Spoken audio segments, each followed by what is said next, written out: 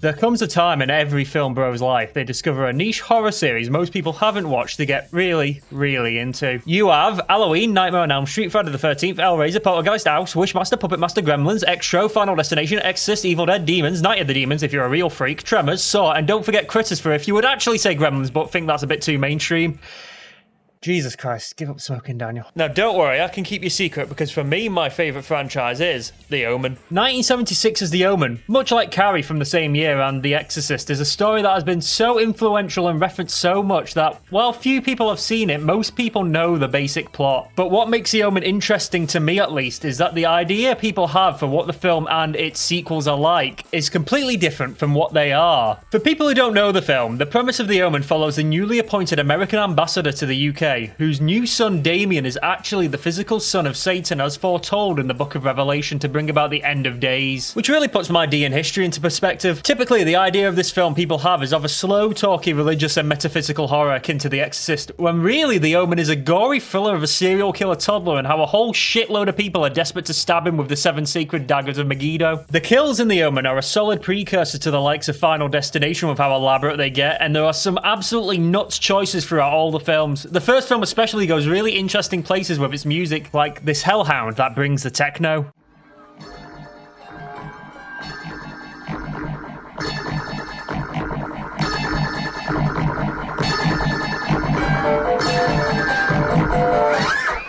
And I'm not the only one to notice how weird and fun the Omen series is, as Shiver Games in 2012 released what is in all but name a game adaptation of the Omen, Lucius.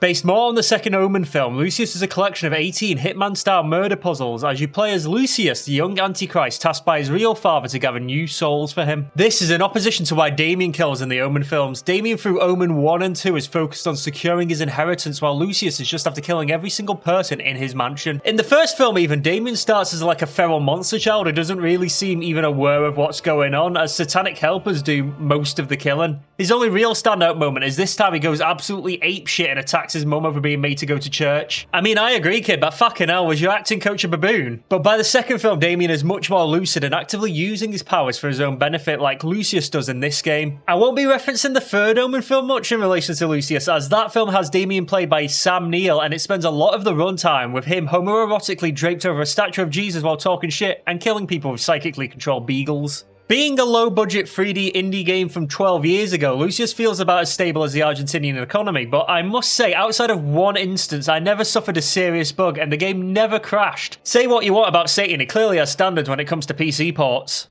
The game starts with Lucius's grandfather's POV pervo vision as he approaches his grandson's 6th birthday party in what has to be the most suspicious way possible. Later, we are in the kitchen with head maid Mary. For Lucius, some part of this event was a Manchurian Candidate-style implanted CIA kill phrase, as now suddenly he is seeing Satan himself close the door and we jump into gameplay for our first kill. I stress again, in the Omen films, Damien only ever kills to secure his inheritance until the third film. Lucius's only prompt to murder was seeing a door close magically. Don't take this cunt to Penn and Teller, he'd shoot up the fucking place. Here, we are given a very brief UI tutorial. We have a selection bar for our demonic powers, the total supply of Monster Energy Ultra Sunrise for the powers to use, a detection gem that lights when you are spotted, preventing you from doing anything suspicious, and the current level of your powers, which I will spoil right now before I even get to the powers exploration, is 100% useless and never comes up again. We are walked through picking up a padlock off the table and locking Maid Mary inside the freezer, then decreasing the temperature to finish her off. Barely a minute after she hits the floor, Lucius is fast asleep where he has a true nightmare. A second intro cutscene from the point of view of a detective reflecting on the game's event after it's ended. But tonight is a night for bothering Lucius as he is then pulled into hell to have a chat with Dad. Periodically through the game, we'll be pulled into hell to chat with Satan to explain new game mechanics and abilities.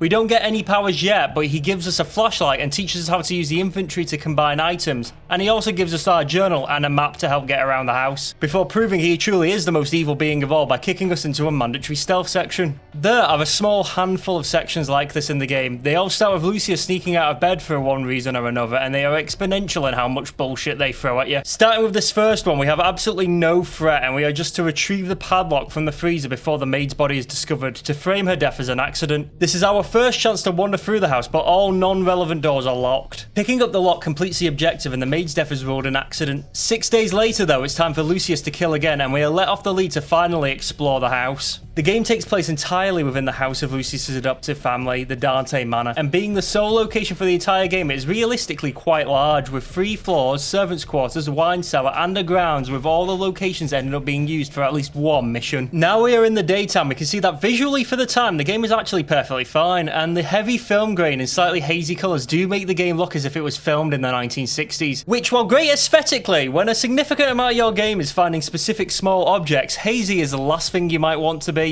Sound-wise, the budget shows, and there are a lot of recognisable generic sounds used that take you kind of out of it, but I can't really talk about sound quality though. It's not like you're unable to tell when I'm suddenly recording on a different day. Lucius is able to interact and chat with all members of the family and staff, and for a decent amount of them, the dialogue evolves over time. Speaking to his not real dad, we learn much about Damien's adoptive father. Lucius's dad is a politician, and nothing is really said beyond the game being set in an election year about your father's politics. But given his son is the physical manifestation of all evil, vice and sin, hatred and temptation, and murder given flesh, and set upon the earth to bring 1,000 years of darkness, I assume a moderate Tory. Interacting with your grandfather is much more interesting. From context clues in his room and conversations with your dad, it seems he was a former mafia don who gained sudden wealth and political power almost overnight. And much like in real life, Mother's job is to give you optional fetch quests. The chores system is the first hint that some of the devs' best ideas got hamstrung by the budget. There are a total of 3 gifts Lucius can earn by doing his chores, but there are so few actual chores in the game, I managed to earn all of them within the first few free roam days. The first reward is an elite spirit board that gives us an incredibly uncryptic clue for how to solve your current mission. The next is a music box which highlights all interactable objects in view, but only 5 times per murder. Now, I'm not saying this box is a stopgap after the devs realised that as effectively as they had pulled off the 60s style visuals, it is impossible to see anything in near dark or anything small. But it's fucking convenient I had it though through the whole game, because the struggle of what is important, what can be picked up, and what is even interactable is a huge issue throughout the whole game. But all my complaints are discarded when they give me a goddamn big wheel like Danny Torrance as my 3rd gift. So functionally useless it's laughable, as the trike is a turning circle wider than every hole in the building. The aesthetic of the trike not flushing with the floor, so Lucius looks like he pulls off a wheelie so sick it has to be satanic every time he goes downstairs with it, is an automatic point in his favour versus Damien. As for the rest of the household, they range from vaguely interesting to stereotypical. Oh look, an Irish handyman. I do hope this doesn't rely on any stereo. You see, I'm performing a delicate operation here. Why don't you go downstairs and watch TV or something?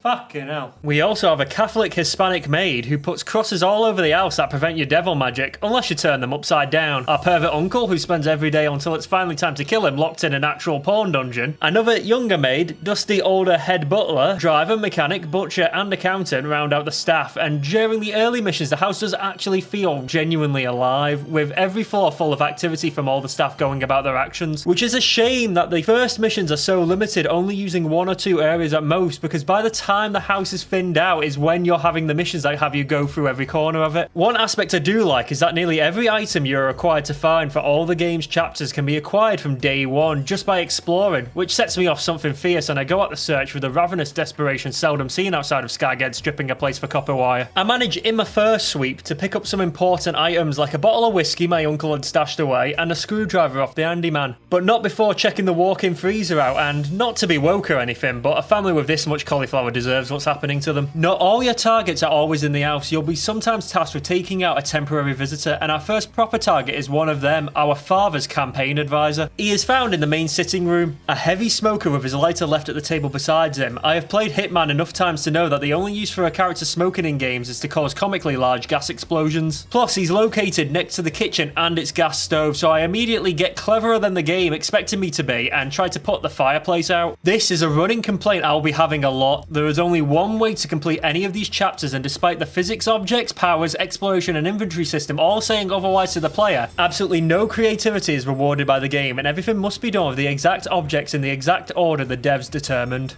The most egregious example of this is near the end of the game. I need to break this washing machine by throwing an object in it with my telekinesis. I thought for a long time my game was glitched, as when I tipped the pot plant directly above the machine into it, nothing happened. But what I really needed to do was tip the clothes iron into the machine instead, a functionally identical action with an almost identical object, but because I hadn't chosen the specific dev-ordained one, I couldn't progress. So, back to the campaign manager, and the developer intended route here is to steal the lighter from the table by sneaking around the back of his chair, then you rig the gas on the oven using the handyman's screwdriver, causing him to walk past the fucking lit fucking fire and into the kitchen to blow his face off. Job done. After this kill, we are taken into hell for a telekinesis tutorial, and I figure it is time to talk about powers. There are 4 total selectable powers in the game, with one of the powers useless outside of the very sparse stealth sections, another literally only used at the end, and 2 more that the majority of your kills directly require. The first skill is telekinesis, which has 2 uses. It can be used to lift and manipulate physics objects and directly break machines. The second option is by far the most commonly used one, with many of the kills being an elaborate setup before you can finally break something that gets the kill. Your second power, mind control, also has 2 uses much like telekinesis, and the much more dynamic option is the one that is seldom used. It lets you take control of people in weakened mental states and command them to do contextual acts like pick up an item or attack someone, things like that. I was hoping that in the stealth segments you'd be able to use this to break patrol routes, but no such joy.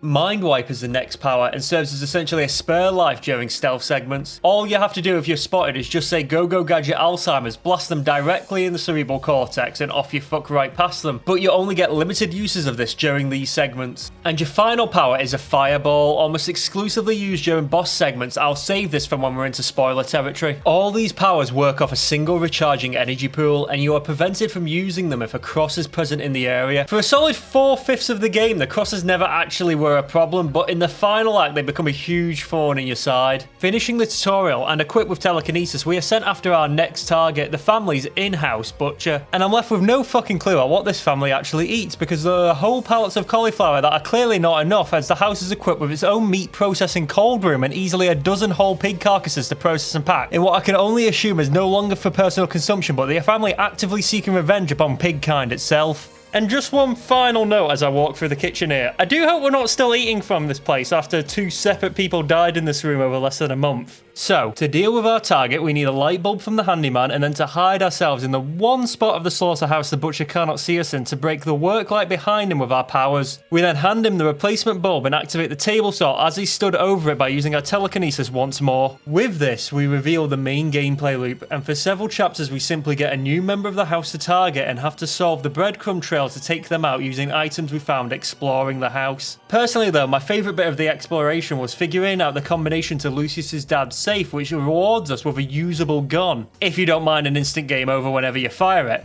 And before we know it, we're pulled into the first proper stealth segment. So, a couple of chapters in, for our next target we need to steal rat poison, but find the head butler crouched over intently watching the rats die in a way that surprises me that he isn't the one killing all these people. In order to get the poison, we have to come back at night once the butler has retired to whatever rat death-induced wank coma he's fallen inside of. And this begins the stealth section. Stealth sections in typically non-stealth games tend to have a bad rap for breaking the gameplay flow, relying on mechanics completely unrelated to the rest of the game, and often being largely a bodge job mechanics-wise. But I'm very pleased to say the stealth segments in Lucius are even worse. Whenever I am to think of a game with bad 4 stealth sections, there is a trinity: the Father, the Son, and the Holy Shit. All 3 game stealth sections are astoundingly awful in their own way. Today it's Lucius's turn, but I will come back for the other 2. In the case of Lucius, it seems budget and dev time with the villain at work here. Stealth, much like the normal chapters, is completely undynamic and made up of specific chunks of an obstacle with only a single way to defeat it. The first of these obstacles is your own mother. After leaving your room at night, within a few seconds she'll head down the exact path you need to take. There is no way to take a different path, as every door but the specific ones on the way are unlocked. Hiding behind objects or rushing ahead doesn't work either. If you're not in this cupboard when she leaves, you will be instantly detected and sent back to the chapter start. Once you avoid her, you must head across the courtyard, but due to plot events, a policeman is now posted at a door there. I spent an embarrassing amount of time looping around the courtyard to the tool shed where I run into a nail gun and components for other later chapters.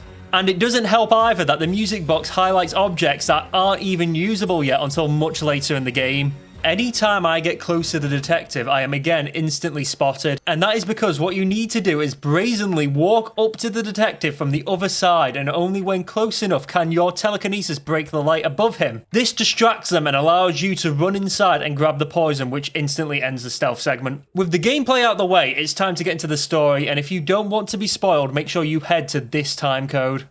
Now it's only the cool people we need to talk about Satan. From the first death, a Detective MacGuffin becomes directly assigned to the family due to the father's political position. But it is clear that someone in the household knows more than they are letting on, as during the previously mentioned rat poison mission, we are given a chore of finding a bottle of wine in the cellar, but investigating further from there reveals a satanic murder temple hidden under the house. And you just know they didn't get planning permission for that. As the body count rises, MacGuffin starts suspecting a serial killer within the household, and even assigns a uniformed police presence within the house at all times. Meanwhile, Lucius works his way through the entire estate, focusing on the staff first. One particularly great kill involves finding your Uncle Tom pumping a maid like a flat tyre, taking a photograph of it and using the photo to pressure another maid into suicide while also framing her for all the other murders at that point, which completely throws MacGuffin off, as his personal theory is your grandfather is responsible. Lucius's grandfather Fabius is the head of a satanic cult he somehow spun into from the mafia. He uses the connections in the mob and the cult that he has to pull strings for his son's political career, but after one of his sons, Tom, becomes a useless porn mogul, and the other son, Charles's political career flounders, Fabius offers his grandson for possession in return for greatness. But he fundamentally misunderstood the deal and actually offered the souls of his entire family for Satan to bring his son to them.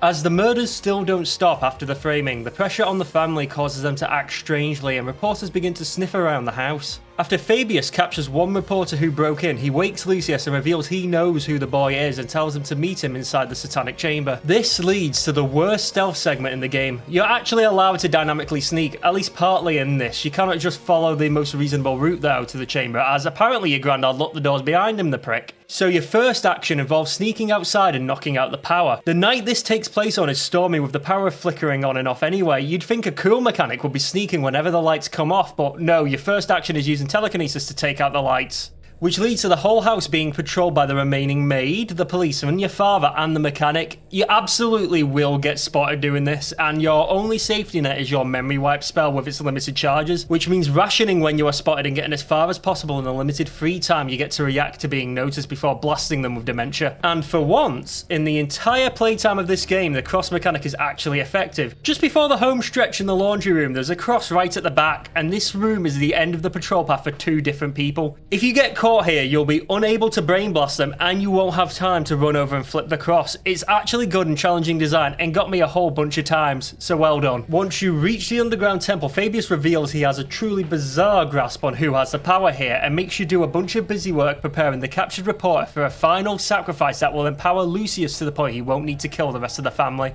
Doing this involves having to leave the chamber without replenishing your amount of mind wipes left, and crossing all the way to the schoolroom to pick up glue and coming back, a task which could be completely avoided if you did this already at any free roaming segment beforehand, actually rewarding exploration. After I swear about 50 goddamn restarts, the ritual is ready, and Fabius continues giving orders until Lucius simply tires of him and gives him the London hello. With Grandad's blood completing the ritual, we unlock our final greatest power, the fireball, and the game loses its mind because it's time for an actual fucking boss fight. The reporter breaks free from the ritual altar and grabs a sacrificial dagger, starting the boss battle. He will run around the room turning crosses upside down, draining your power, and when they are turned around, or most of them are, he will then try to stab you.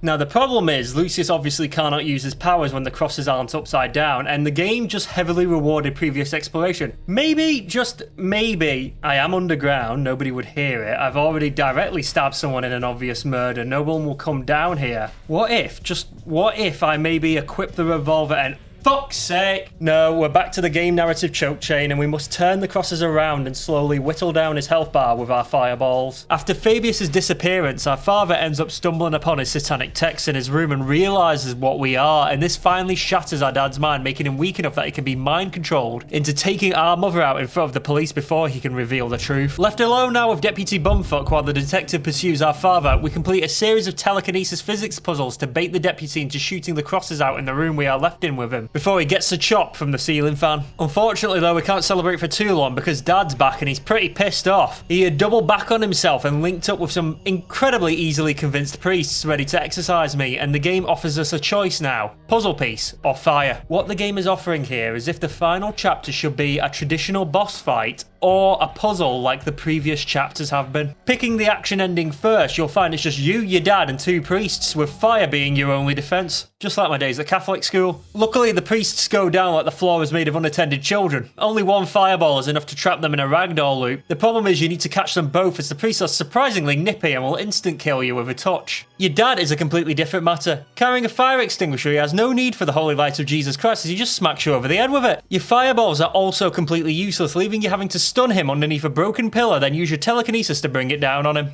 Once that's done, Lucius leaves the house into the hands of Detective MacGuffin, who seems satisfied, except absolutely no aspect of this case would make any goddamn sense if it was the dad all along. The puzzle ending, in my opinion, is much better thematically and gameplay-wise. The priests split off. The Vatican must have trained these people well. The mere scent of an alone child and they automatically begin military manoeuvres. With the first priest holding you back with his cross, you must push him away by throwing objects with your telekinesis until he drops the cross, letting you flambe him with 1 shot. Tactics go out the window with the next priest who just runs away from you, so you gotta herd him into one specific part of the laundry room where you gain your full power, and then before he leaves, quick scope him. Getting no scoped in the arse with a fireball by a child will do anyone a disservice, but this priest leaps through an unbroken window, and in a clue that this ending is the intended and much more polished one, the priest then dies in a way that echoes the first Omen film. Now alone with Dad, the fire extinguisher yet again proves to be the most effective anti-Satan weapon on the planet. The way to win here is almost identical as the action ending. Here you must use your telekinesis to bring a bust underneath the chandelier, then hypnotise your father into becoming fascinated with it while you pull the lights down on him. But in a twist, not only does your dad survive a goddamn steel chandelier falling on him, he absolutely twats you with a cross at range, knocking Lucius the fuck out. With Dad towering over us and about to finish the job, suddenly, in again a perfect echo of the first film, Detective MacGuffin and the police arrive and shoot our father and rescue us, and we both leave in a perfect slow-mo hero walk outside.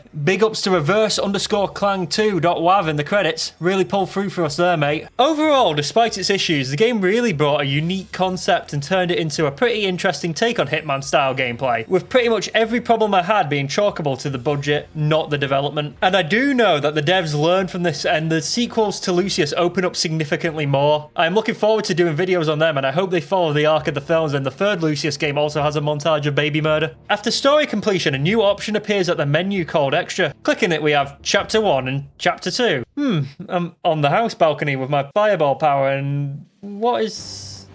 Oh my god. Yes, completing the game apparently unlocks the Don't Get Molested Battle Royale. In a scene out of my dream therapy sessions, we are in a completely never before seen forest and endless waves of Catholic priests are coming for us. Getting touched once is an instant kill, and you run slightly slower than them, meaning you are heavily relying on your fireball attack and its AoE effect to take out multiple priests at once. It's here, I learned just for this segment, the devs added an alternate fire mode to your firepower, causing a huge blast of flame around you that uses significantly more energy. This mode is both surprisingly fun and really fucking hard as balls. I could not get past round 2 in the forest level. Each round the number of priests double, and in the forest there's essentially no way to create natural choke points to hit multiple priests at once. Is that Father Karras from The Exorcist? The other level is the same deal, but this time you're at the house, making it much easier. After an embarrassing amount of time spent playing this mode, the tips I learned are to take advantage of the forced slow-mo whenever a priest's health hits 0 to nail your shots. This means the hardest kill is the first, and you can snowball from there. Once you get multiple priests to the ground, simply using the alt fire is enough to finish them off and begin the slow-mo cavalcade to take out the rest. Next, the game does not have an NPC nav mesh in this specific part of the garden near the tool shed, as no NPC ever comes here in the main game. Camping here lets all the priests group up, but you'll only be able to make it safely here on round 2 as you start on the upstairs balcony. Be prepared to get completely messed up by bugs. Multiple times priests got clipped into the floor, making them unkillable and forcing me to restart. Understandably, because if any more than a single thought was put into the anti-Catholic wave shooter, it wouldn't be the work of chaotic genius it is. I am not kidding when I say the novelty value alone of this mode is worth buying the game for. I want tournaments being run on this. I need to see this on a big stage like EVO with cheering crowds. This is my esport. Really though, who on the dev team could have possibly thought of such a thing? Maybe there was something I missed in the credit. Oh my god, it's him. So the holidays got in the way a bunch with making this, delaying it a lot, but I should be getting more into the swing of things with the new year, and I just wanted to say that I'm really grateful for everyone's comments and the views on my previous videos. The next video will be multiple games again. I'm going to be looking at the world of horror-themed job simulators, which is surprisingly large, and I had no idea it existed. But until then, I've been Daniel Wadsworth, and thank you for watching.